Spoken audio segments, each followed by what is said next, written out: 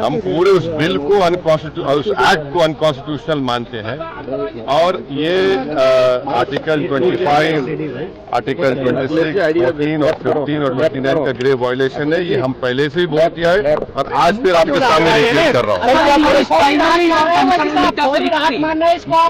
No. See, let us be very careful.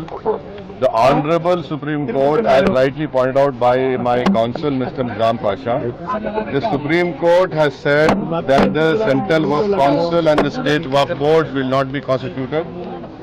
Waqf by user cannot be deleted. Now, there are other provisions also, which we as a party have come to the Honorable Supreme Court that calling it unconstitutional. Now, whenever it will be heard, our counsel, Mr. Nizam Pasha, on behalf of me, will be arguing it. As you know very well, that during the deliberations of the Joint Working Committee, I have given a dissent report opposing all the amendments that were proposed by the government.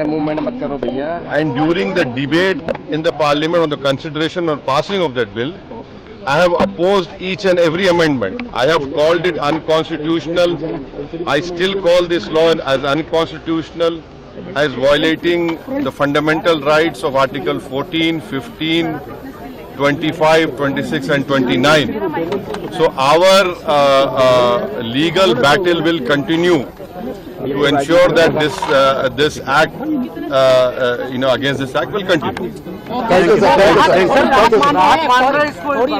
देखिए सवाल, आपको पूरे उस कानून को समझने की जरूरत है। अब 5 साल का मुसलमान प्रैक्टिसिंग रहेगा, 5 साल प्रैक्टिसिंग मुसलमान का तो रहेगा। अब उसको कौन डिसाइड करेगा? अब कोई महिला है, उसको कौन डिसाइड करेगा? तो ऐसे कई उसमें जो अमेंडमेंट्स के जरिए लॉ बनाया गया है, हम उसके आज भी मुखालिफत कर रहे हैं और कल भी अपोज करते रहेंगे। लीगली हम सुप्रीम कोर्ट में चैलेंज किए, हम उसको उन तमाम चीजों को violation of the fundamental rights मानते हैं। Thank you.